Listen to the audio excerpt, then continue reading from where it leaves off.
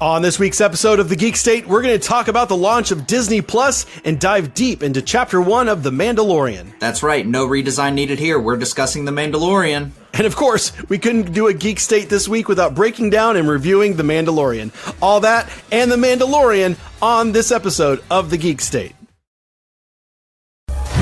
Grief Karga said you were coming.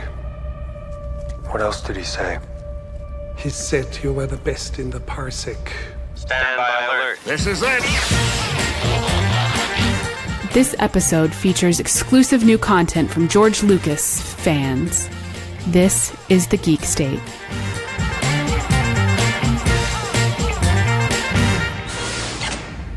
Step aboard the Razor Crest. This is The Geek State, and we're just going to focus on The Mandalorian. My name is Chris, and joining me on this adventure as we track down our bounties, my buddy James.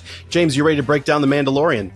I'm so ready to break down The Mandalorian. We've watched one whole episode, and, know all about it. Know everything that's going to happen. So we're the geek experts. I think it's been established.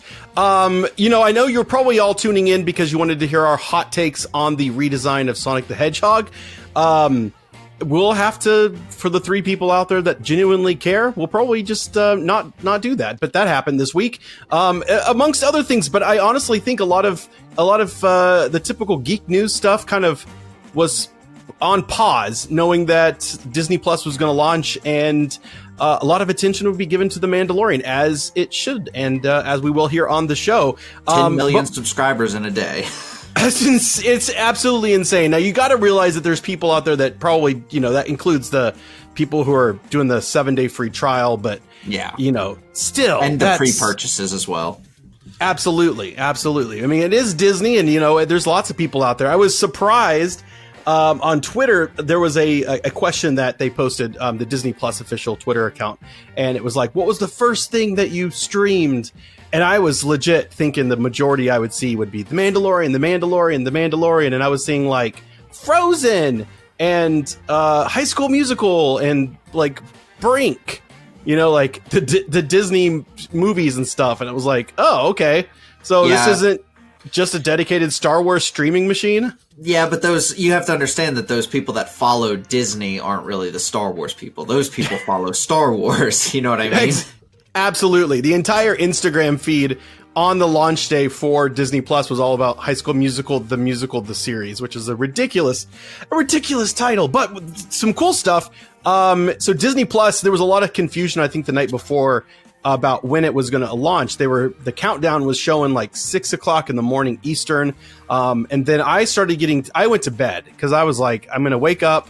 Well, first, I think I mentioned last time on the show, James, that I was going to just call in sick, pull some Wookiee hooky, for that day, just so I didn't have to worry about it and I could just enjoy it and all that. But, I believe God is a Star Wars fan because, we got a little bit of late night sleet here in my neck of the woods, and I got a text that said, don't come in till 10.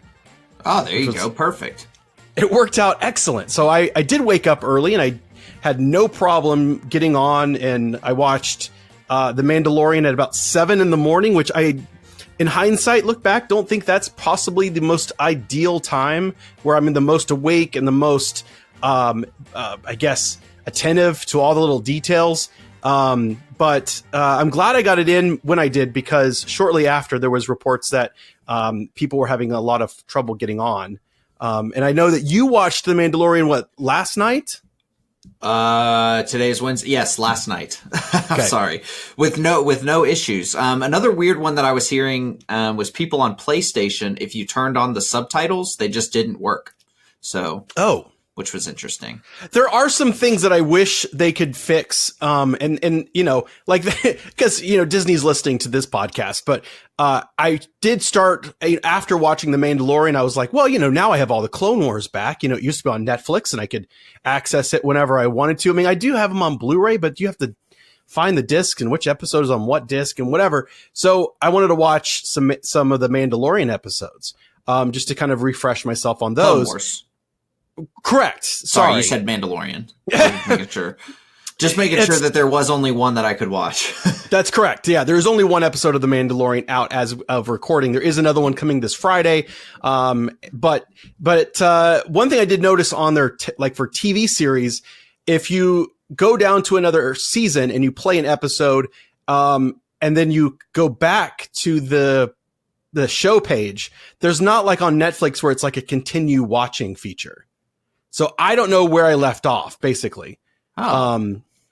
And you would think that's like streaming service 101, like just some base features that needs to get worked out. My guess is that is a feature, but they were probably turned it off when they were having issues doing that, or issues with the streaming, because essentially what that's doing is writing back to a database that is also trying to output. So, you know what I mean? So yeah, that makes a lot of sense. Eliminate processes that don't affect the output of data, then they probably did that. That's why you're on the show, James, because you got a brain that works like that. You know, I was just like, come on. No, I'm sure it is. I'm sure it is a feature, but I'm sure that they may have turned it off. This is me playing devil's advocate and being on Disney's side. I cannot imagine that is not the case. Like literally every streaming service has that feature. Yeah. And you can't do start over like with The Mandalorian, like it was well past the credits and the score where it's showing you the foreign languages. And if you leave it and you come back to The Mandalorian, you can press play and it'll resume right where you left off, but it's in the credits. So I have to like manually rewind the episode. Oh no.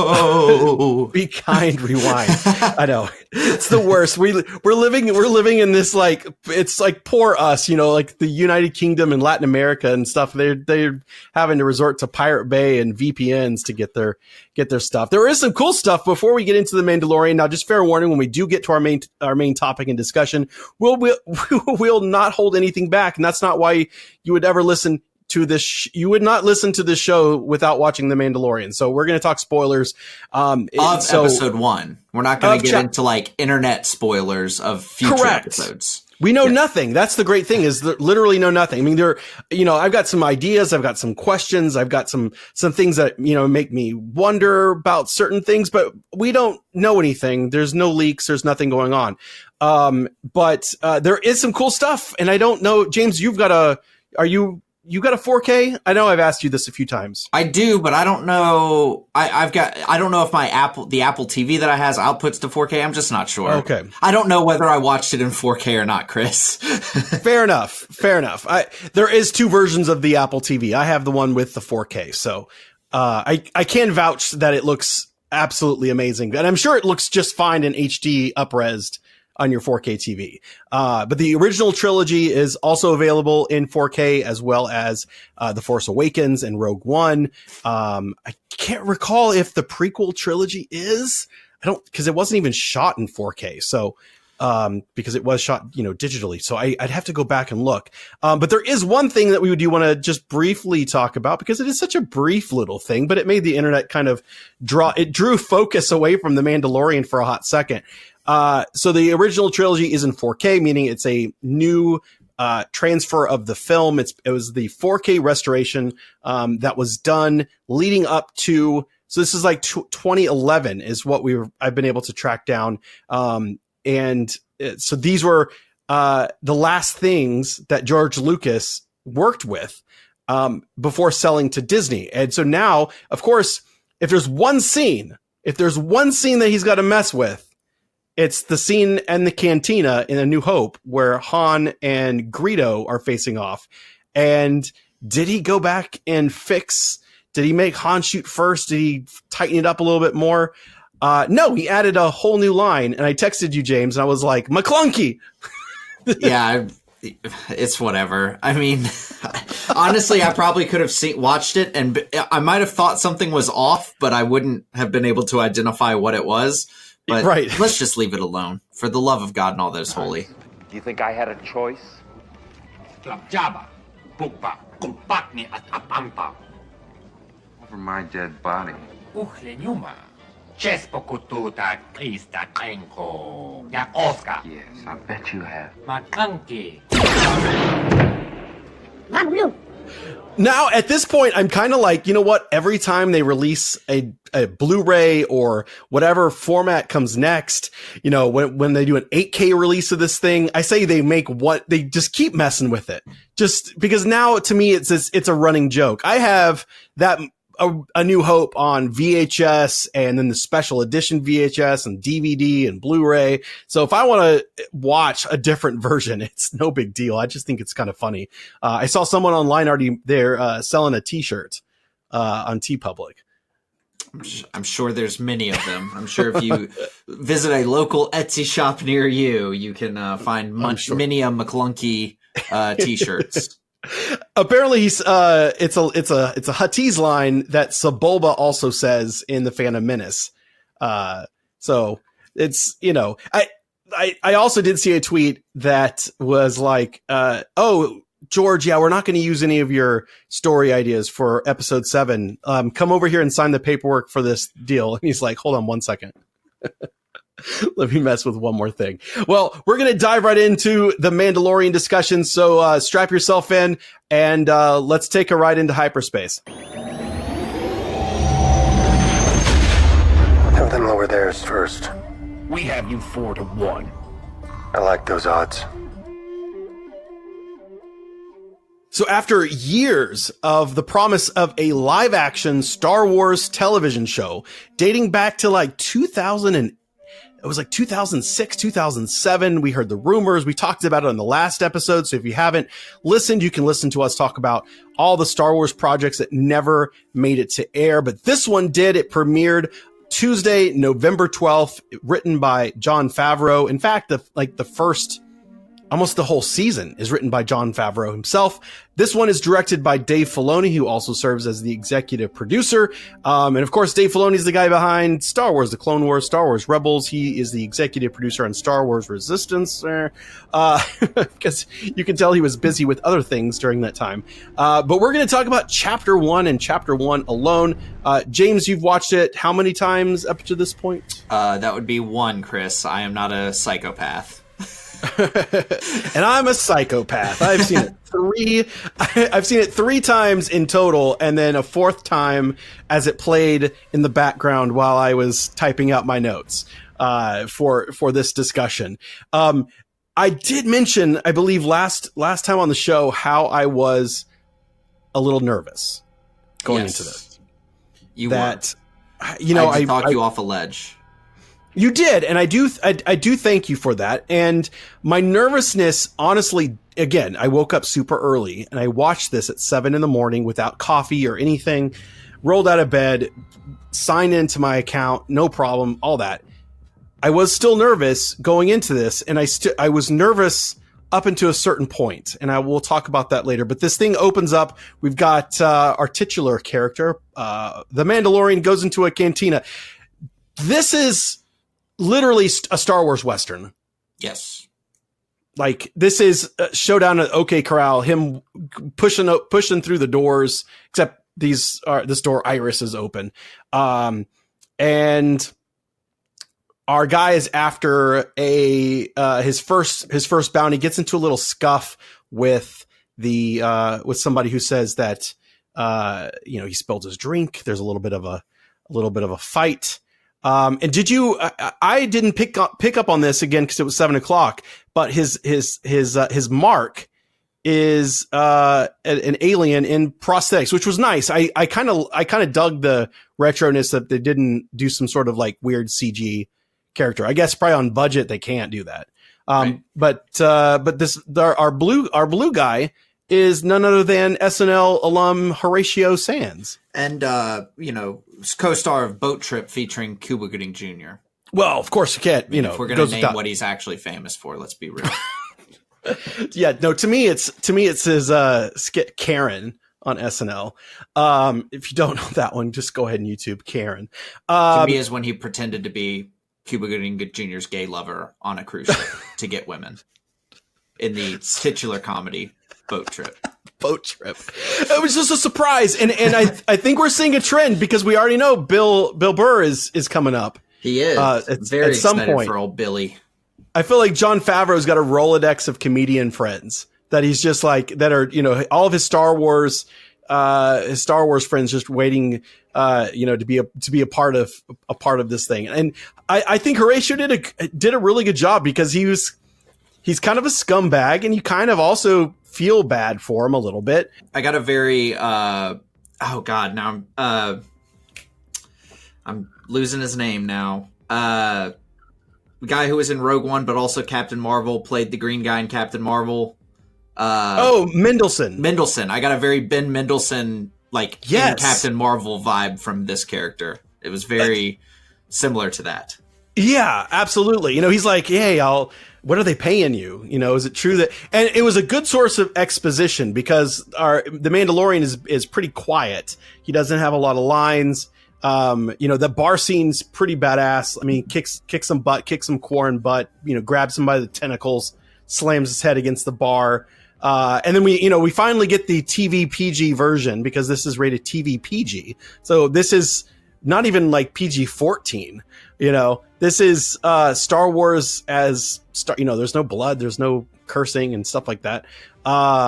And we've been teased with the whole Quarren getting cut in half by the irising door. So we finally get to see how that plays out. I'm glad they didn't totally cut away, because you do kind of see like the legs. Yeah, you see the legs fall. Yeah, very Star Wars. It's just like, it's gory, but it doesn't have to be. It doesn't show it to you. Now this is about the time where I was starting to get more comfortable, because everything up to this point, I was like, there's something off about this. There's something that feels Marvel's Agents of S.H.I.E.L.D. or really expensive fan film. Mm-hmm.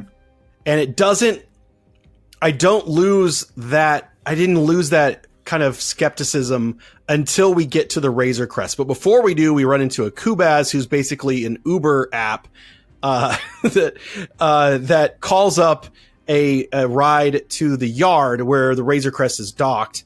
And the first vehicle that shows up is super nice. It's a transport that's being driven by an astromech droid. Coincidentally enough, it looks like it's in Pittsburgh color scheme, which Dave Filoni is from Pittsburgh. And he's done that a few times on the Clone Wars, where some droids have that similar color scheme. But he doesn't want to do the droid, and I think we learn kind of why later. And then next guy shows up, and I'm like, hey, that's Brian Posehn.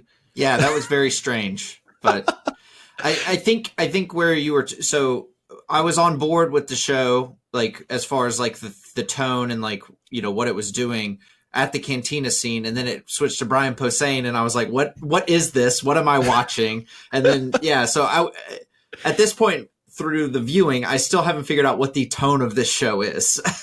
Correct. Very odd. Yes. Because at first I was like, all right, okay, the score is interesting. I'm not totally sold on the style quite yet. It's very spaghetti Western.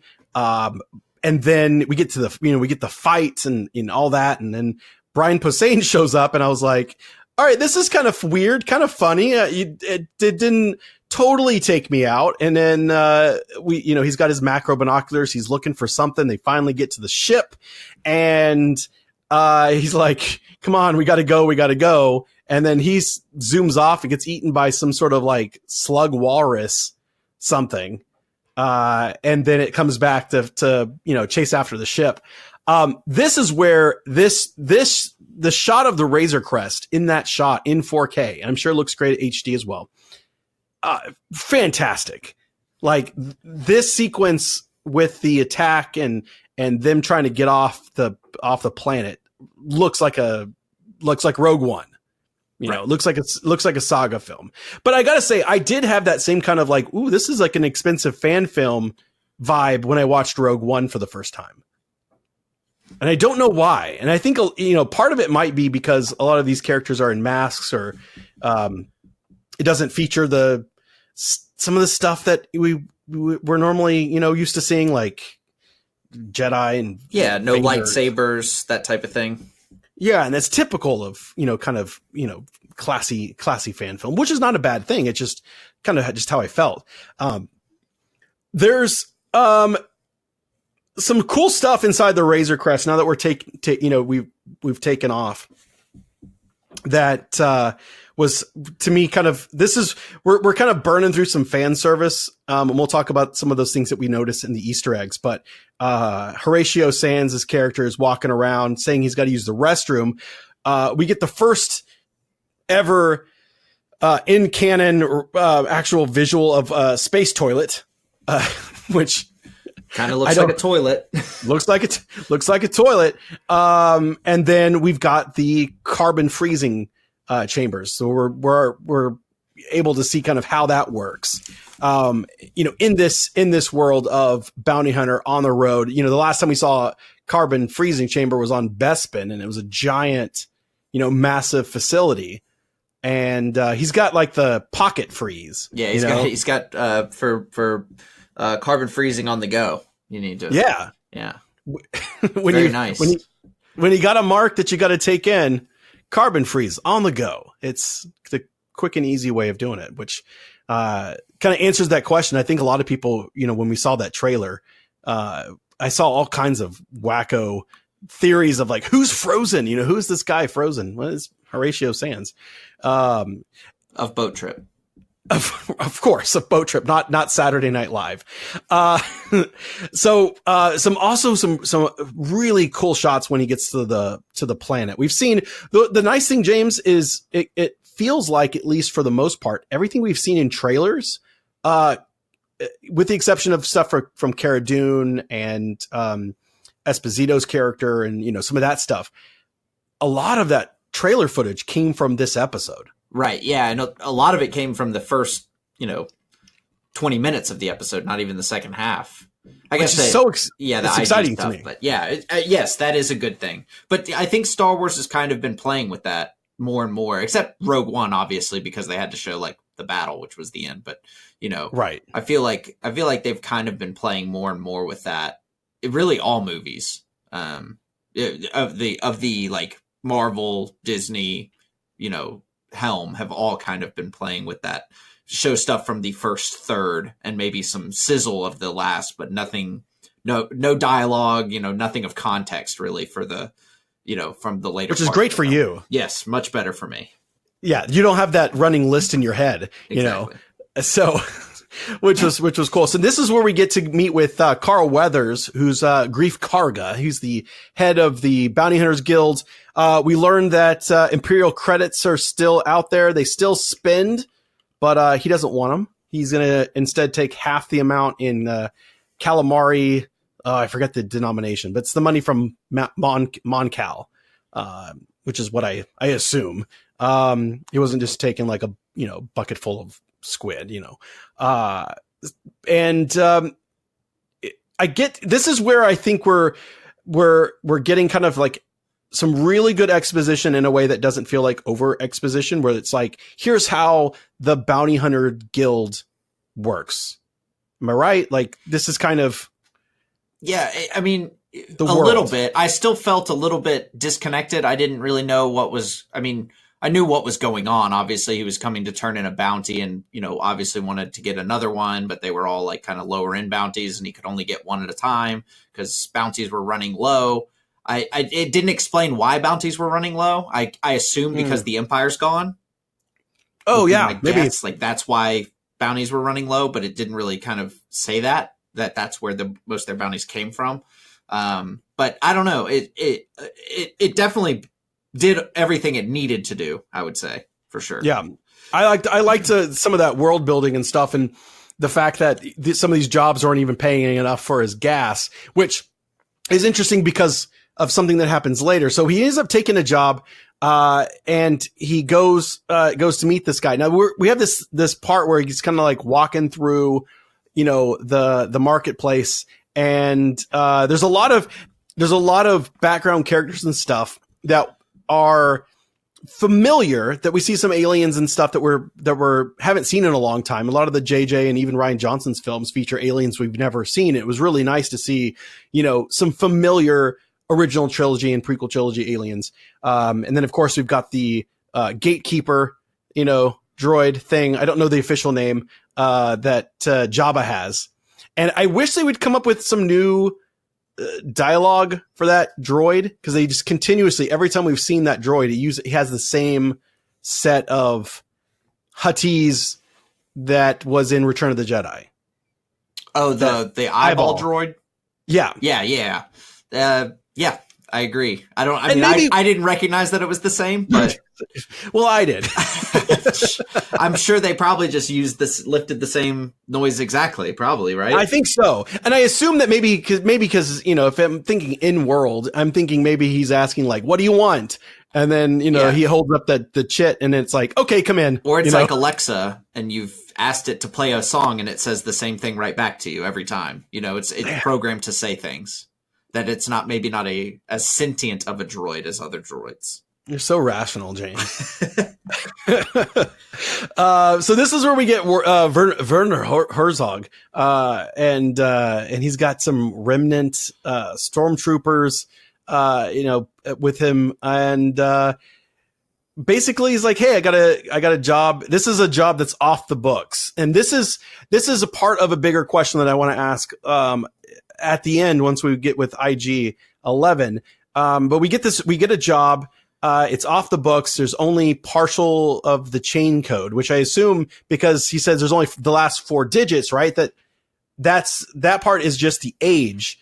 So I'm assuming like the full chain code stuff is like other information about the mark, about who you're after. And then in comes Dr. Pershing. And one thing of note, I did not notice this the first time, and honestly didn't notice it in the show proper, but there is a promotional photo that they're using for like autographs, the Topps official stuff, and you can see the logo that's on his doctor's uniform, and it's the same logo. It's the Kaminoan symbol. That in Attack of the Clones, all of the like clones who aren't in armor in their little jumpsuit, they have that same logo on their uniform. Right. So he killed a clone and stole his clothes. Obviously. That's exactly clearly. So I did not know this watching it. I just was like, here is mad scientist guy who, this wouldn't be the first time Dave Filoni has included a weird Dr. Mad Scientist character in one of his things, because he had one in Clone Wars. But he's like strangely a part of this. I feel like Werner Herzog's character is like the money behind this deal. And the doctor is the paying client, that there's some bigger thing obviously there to why the doctor's involved with this. The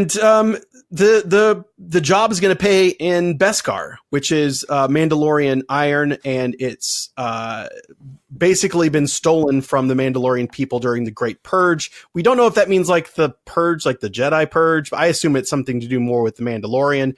Most likely something we'll see in the season finale, when the last season of Clone Wars comes out, because that will include the Siege of Mandalore. So there's got to be some more stuff, and that's not coming out till February, so we don't really know. But it pays in Beskar, and it's very popular because it blocks blaster fire, if I remember correctly.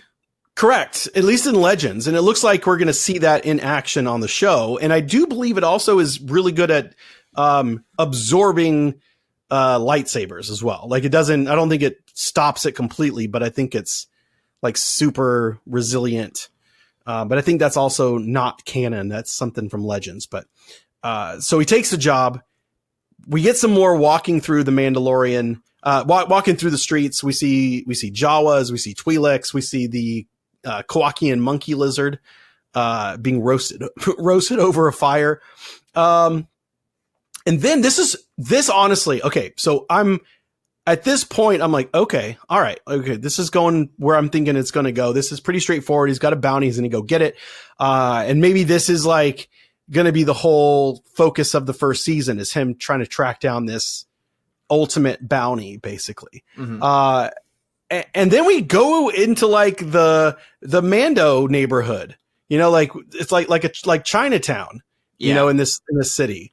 And I was like, holy crap. There's like there's like 3 Boba Fetts over there and 2 Boba Fetts over there. I know that's not who they are, but like, oh my gosh, like, where are those action figures? Like, yeah, they're everywhere. It's the Mandalorian mercs. They got all of them in one place. So he goes to the armory, and there's a female Mandalorian, and she's working on some armor for somebody. He gives her all the money that he earned from those 4 bounties and the Beskar to get to make some new pieces of his armor, because at this point the only thing that's Beskar is, from what I can tell, is just his helmet. Right.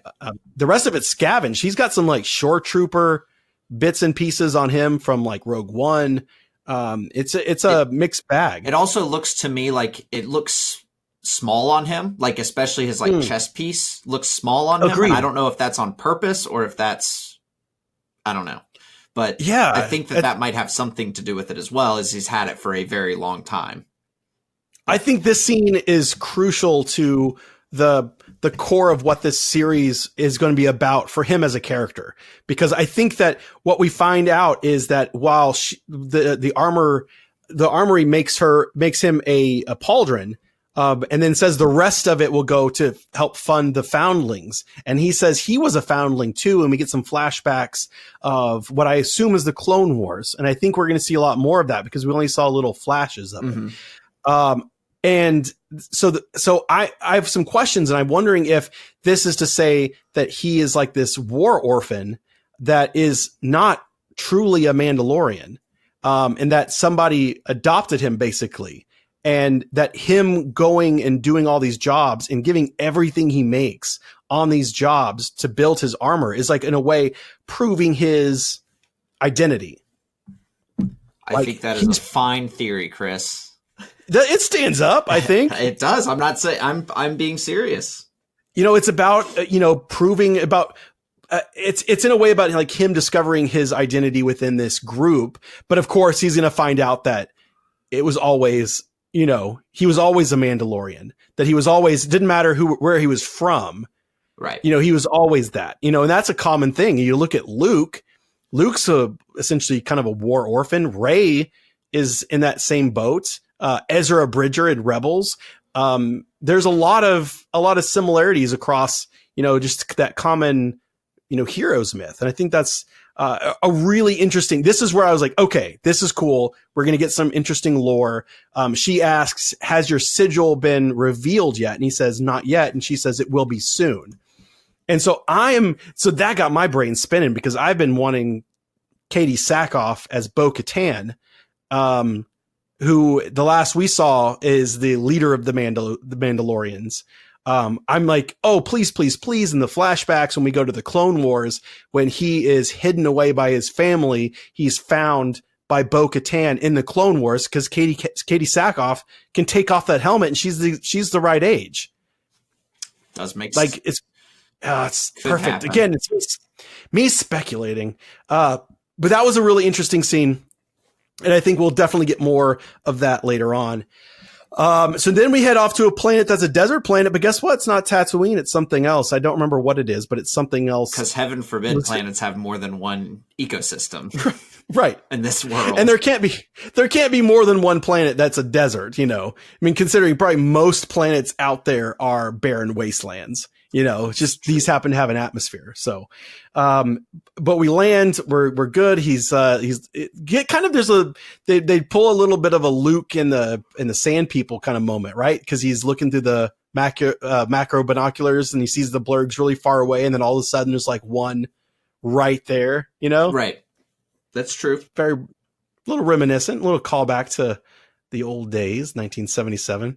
The blurgs, we haven't seen these guys in a long time. These were introduced in 1985's Battle for Endor, which is not available on Disney Plus yet. And it also appeared later on Star Wars Rebels. So we've seen them in more recent years, but these little pig frog things, little miniature T-Rexy guys, we do get to see him use his flamethrower, so that's cool. Kind of getting to know a little bit more about what his armor is very effectively. No, it's more effective. It's more effective, I guess, on like, if you're fighting like a Jedi, you can spray fire at him and he can't, swing his lightsaber and deflect that, but, the Blurgs, he gets saved at the last minute by Nick Nolte, who I've seen many pronunciations of his name, but it's an Ugnaught, which we saw on, the Cloud City of Bespin. Mm-hmm. And, it's Nick Nolte. And he has things to say, and he has spoken, which I thought that made me laugh a few times, during the show, his whole, I've spoken. Yeah. I didn't know if that was a reference to anything, but, he just says it. Yeah. I just thought it was just kind of like a funny little character, something that they're just very to the point. And when they're done talking, they pronounce it. But he saves the Mandalorian, brings him back to his farm. And is basically like, like a ton of bad guys keep coming to this planet and I'm going to help you. And he's like, what happened to those other people coming for this bounty? And he's like, they're all dead. And the Mandalorian's like, well, I don't want you helping me then. But basically we get another scene that kind of backs up what I was thinking, which is the training to ride a Blurg. Yeah. Because it's also nice too, right? That so far we've seen nothing but the Mandalorian doing awesome stuff. That he's like great at everything he does.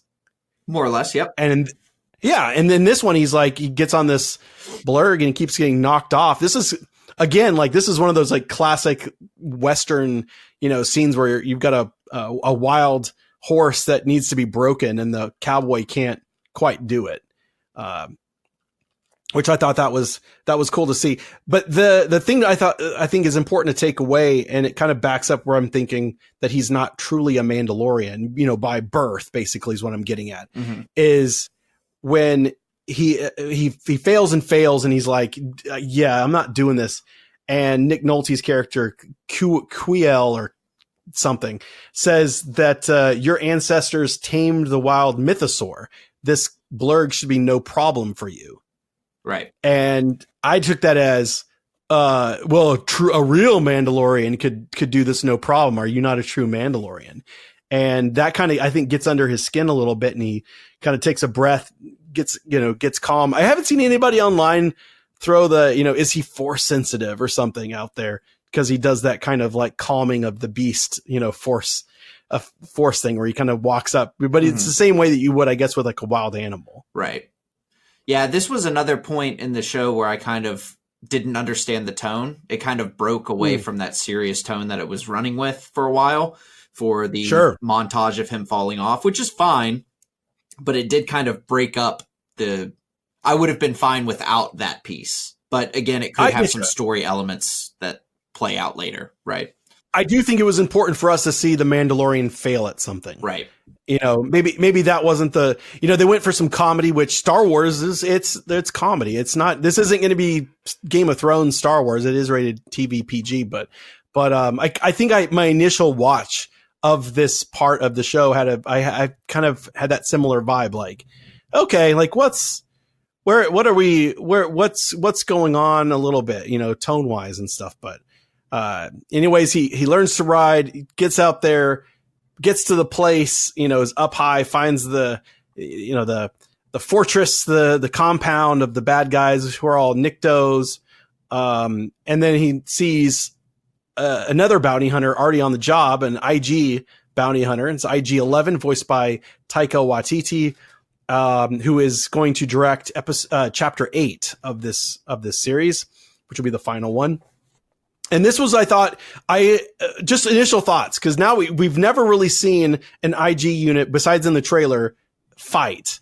We saw IG-88 on the bridge of the Executor, just standing there like a statue. What was your take or initial reaction to seeing him actually like kick some butt? It was pretty cool. I mean, the part where he's spinning all around and shooting was kind of in the trailer, but I thought that it was good. He also had kind of the comedy that I more expected, being his little self-destruct deal, which I thought was funny, where he's constantly trying to blow himself up because he thinks that they've lost the battle. I think it was interesting. You also got another hint of Mandalorian not liking droids when he first sees that there's a droid in front of the going to take the bounty. I don't know if that's because Right. droids are competition for him at this point, or what really the root of all that is. But I thought that was I thought that was interesting that he kind of did have. I don't remember exactly what he said, but some sort of aside kind of slandering the droids. But I thought that the actual fighting was pretty cool. This one was very Western. One man with 6 guns, kind of walking through the town and killing all the. It was kind of swapped as to what you would see in a Western, being that the bad guy would be walking through killing the good guys. Of course, we don't really know who's the bad guys and who's the good guys in this particular situation, but right, yeah, we don't know what these people are up to, and why are all these Nikto out here guarding this bounty? It's an interesting thing. I love the way they animated IG-11. He's very like pneumatic. Like he would move and there'd be like a little bit of like hard stop, on his joints, and the way it moved felt very realistic. And I think in the self-destruct sequence, they definitely landed. I think that was the kind of comedy that, if kind of K2SO a little bit. Mm-hmm. Kind of dry, just kind of to the point, like, well, we're done here. I'm going to blow myself up now. My manufacturer, I can't be taken, alive, basically. There's, again, a lot of gunfight. They eventually, save the day. They, agreed to split the bounty. They cut down the door. There's one guy inside. They cut the door. They're using the marker. They find their bounty, and this is, I had heard a long time ago that there was a rumor, and excuse me, I'm getting all choked up. The Mandalorian is so, I'd heard a rumor a long time ago that this series focused along the Mandalorian being sent out to capture a baby, or a small child, and that was going to be the thing. And I hadn't heard anything. I thought that was something that was a rumor that had come and gone. And then as soon as they walked through that door and I saw that bassinet thing, I was like, holy crap. Like, okay, I know there's a baby in here, but then I was like, no, there can't be, because it said that the bounty was 50 years old. What was your, I'm so curious, because you and I see things so differently. What was your reaction when that thing opened up and we saw what was inside? I mean, I was surprised, I would say, is probably my guttural reaction. I find it interesting. I wonder, my first reaction was, okay, it is what it is. Why? Who is protecting it, and how did they get it? And that kind of thing were the first things that came through my mind, because you don't really get it. We didn't get any information as to who those people were that were protecting it. Obviously, they were probably hired guns from somebody else, but that's the part that it just made more questions, obviously, which is the idea of episode 1 of anything. And I think it asked, and it did a really good job, because there's not only questions on like, okay, so this is clearly not Yoda, because he died. It's not Yaddle. It's not some weird time travel thing, which I saw somebody mentioning, someone online, like, oh, it's a time travel. It's Yoda as a baby. I'm like, oh, no, it's not. That's so ridiculous. But then the thing that made me question, and I didn't think about it until IG-11 was like, I have to kill it. My orders are to terminate it. And those were not the instructions given to the Mandalorian. His instructions were bring it back alive, preferably, but if things get messy, dead works too. So I'm thinking that there is somebody else out there that sent IG-11 to go after this baby. That there's another rival thing. Now, of course, the Mandalorian shoots IG-11 in the head, eliminating him for at least the time being. Now, I don't think for a second that this is the last we'll see of IG-11. I think the Mandalorian sees how well he is as a fighter and maybe takes him aboard the Razor Crest in the next chapter. But now we got a big question, right? Because we've got a baby. And is the Mandalorian going to turn him in? Is he going to protect him? Is he going to, create himself an enemy of whatever's left of the Empire. This is where I think a lot of some interesting questions come out of this. This episode did clock in at only 39 minutes. It was shorter than I thought it was going to be. Yeah, it felt, it went by fast on my first viewing, and I was like, God, it's over already. I was thinking like, I just enjoyed it so much. And I was like, no, it's because it was 39 minutes. Like that's why, it happened so fast. So now, because I didn't ask you at the beginning, James, because I was worried because we hadn't really talked about this yet. But overall, what are your thoughts on the Mandalorian? As a first episode, and then obviously going forward as a TV show. As a first episode, it was very good. I don't think it will be the best episode by any means. I think that they're going to need to do better for me to be recommending this series, I guess is what I want to say. But obviously they can't do all that in the first episode because you can't have payoff in the first episode. There's no reason to. So I'm going to be honest. I don't think that he turns him in immediately. Otherwise it would be a 2-episode series. So I agree. I agree on that one. So we'll have to see. But yeah, I enjoyed it. I will be watching the rest. It's not like I would stop. So after one episode, but I do want it to, answer some of those questions relatively quickly and not just put everything out there, to maybe be wrapped up towards the very end. I think you kind of have to breadcrumb a little bit more. Because they gave it, obviously this one's all set up with very little breadcrumbs as to what's going on outside of just the exposition that they give. But I do want to get some of those questions answered sooner rather than later, whether obviously the individual who gave the bounty was had stormtroopers, so he had some sort of Imperial tie, or they, and obviously the Beskar also was printed with the Imperial logo.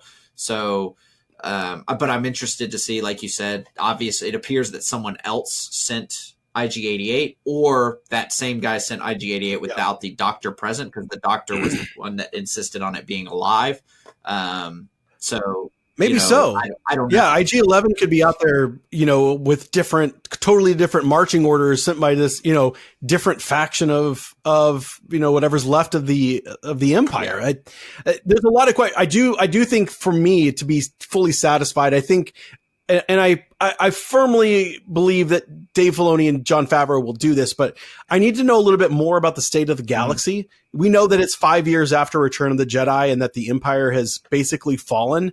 But to show us just a little bit bigger scope of things, we know this is going to be pretty narrow focused on just this, and that's fine. But I kind of need some background stuff. I like that they went with a very simple first episode, because really when you look at it structurally, it's very simple.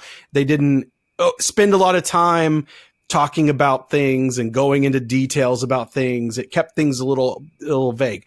I would expect that episode 5 is where we're going to kind of see some big action. That's another Dave Filoni episode. And then episode 8 is Taika's episode.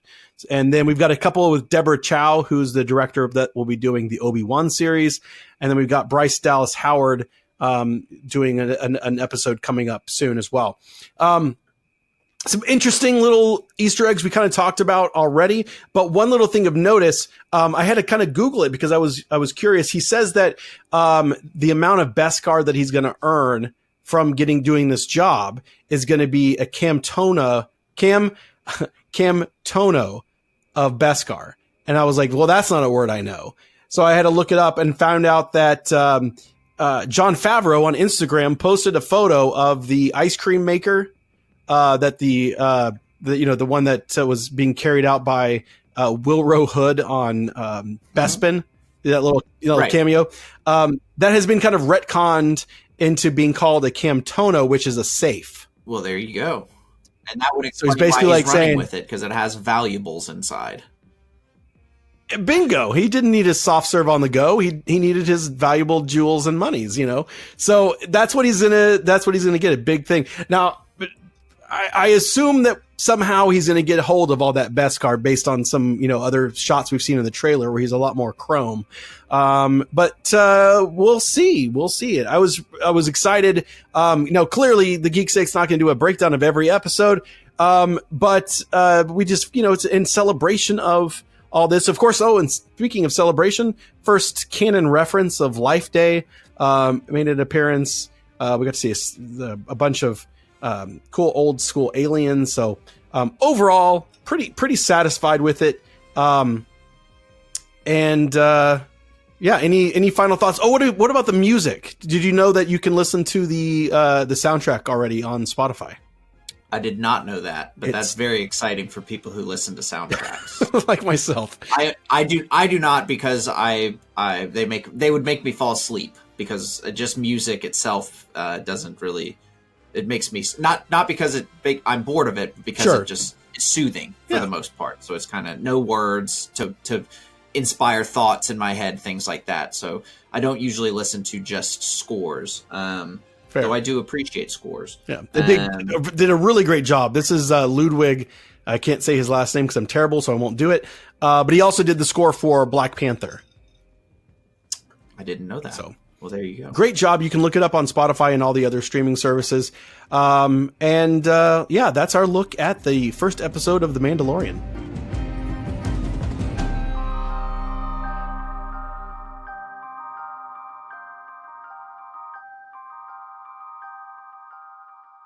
Let's look around the region and take our pick of the week. Shut up and take my money. All right, so before we wrap things up, let's take a moment to give our pick of the week, something that now that you've already watched The Mandalorian and you're waiting for another episode, you might have time to check something out. So, James, what do you got? I have a Netflix show for you people, and more than a recommendation, this is almost a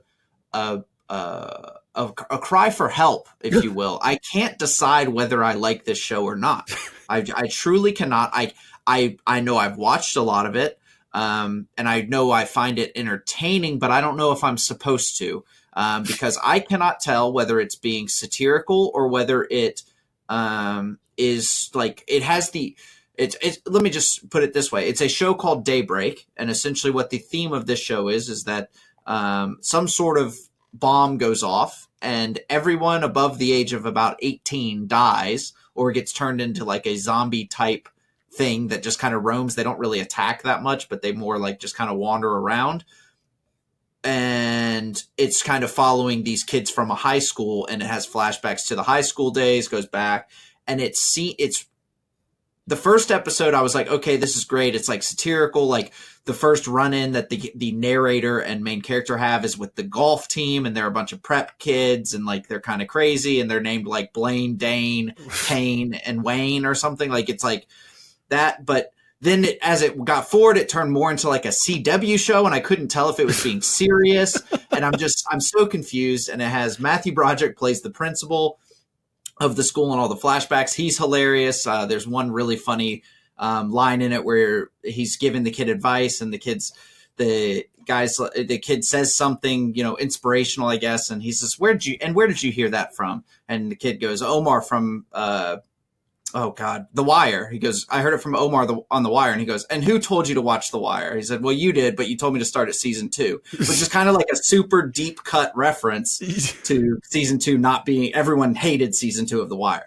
But I don't know. I cannot tell whether I like this show, but I keep watching it.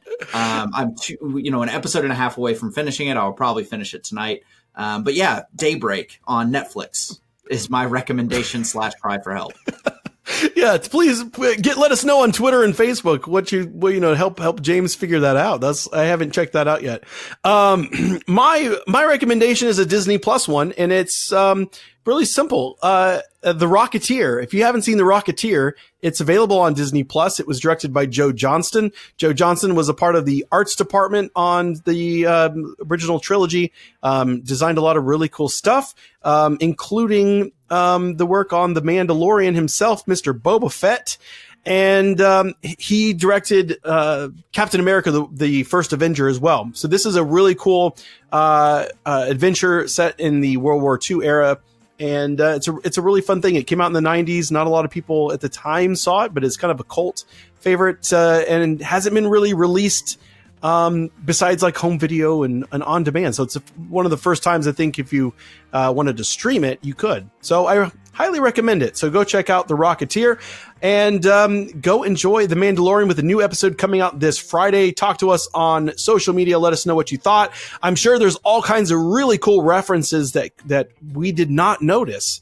And so we want to hear from you. What were the things that stood out? Are you excited? Are you not excited? Are you disappointed? Are you beyond ecstatic about what the future of Star Wars on television has? Please let us know on Facebook. You can find us at facebook.com/thegeekstate. On Twitter, you can find us at twitter.com at the Geek State Pod. And then also, if you haven't already done it, go on Instagram, search for the Geek State and follow us there. We post all kinds of other stuff that you don't find on the other social networks. So we'd love to see you on our Instagram. So go ahead and do that. So from everyone here at the Geek State, may the Force be with you. Stay excellent to each other, and we'll see you next time.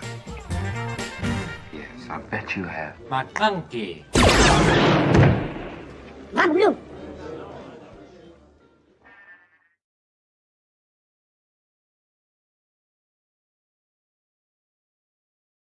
We will see them next time. We will. But we won't see them because it's not a video podcast. It's just audio. It's all audio. They will hear us.